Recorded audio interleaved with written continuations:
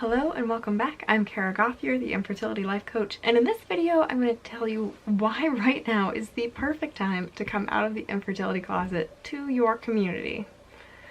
But first, before I do that, make sure you are subscribed and you hit that bell. I make new videos every week about infertility mental health to help you survive the struggle with your sanity. So right now is National Infertility Awareness Week 2020, and it's a little bit different this year because we are also dealing with the coronavirus pandemic, but this is a week where the infertility community kind of comes together, rallies together to build awareness that this is a thing, this is a topic, this is something that a lot of people deal with.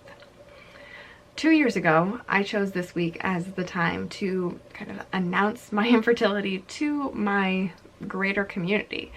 I hadn't up until that point shared it, and when I became a life coach and I started coaching myself, I realized why.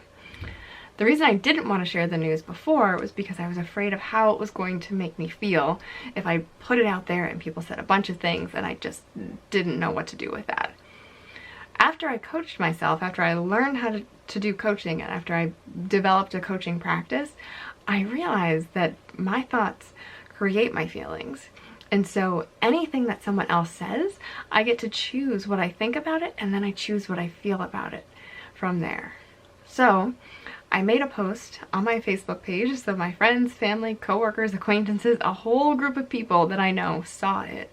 And you know what happened? Nothing. Nothing bad happened. I put it out there, and in fact, only good things came from that post.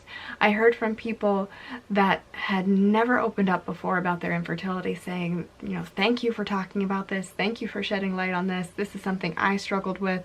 This is something that I never felt confident enough to put out there.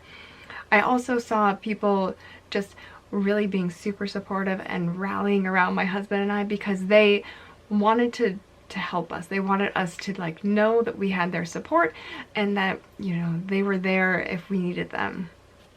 So when I made that decision to put up that post, and I also made that decision of how I was going to think about it and how I was going to feel about it, regardless of what else anyone was going to say or do, then I took complete control and had the power back in my life and back in my court for sharing this information. And that's what I want to say to you, is that you have the control and the power of putting this out there to your community, and also owning the feeling that you have when you see the responses. People are going to respond, most likely, and I would think many of them are going to respond in a supportive way. But even if they don't respond in a supportive way, you get to decide what you think about that.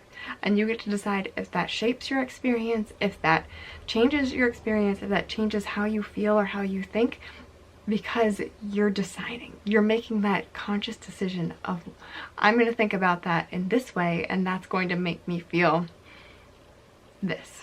Anxious, happy, confident, whatever it is, you get to decide what the emotion is. So, if this is interesting to you, I encourage you to download the Infertility Mental Health Checklist, which is a document I put together with 9 life coaching tools to help you through the struggle of infertility. I wish I had something like this at the very beginning of my infertility journey. It would have saved me a lot of heartache and a lot of just general struggle when I was trying to get through that experience. Remember, you are wise, you are whole, and you are worthy of everything you want your life to be, even during infertility. I love you, and I will talk to you in the next video.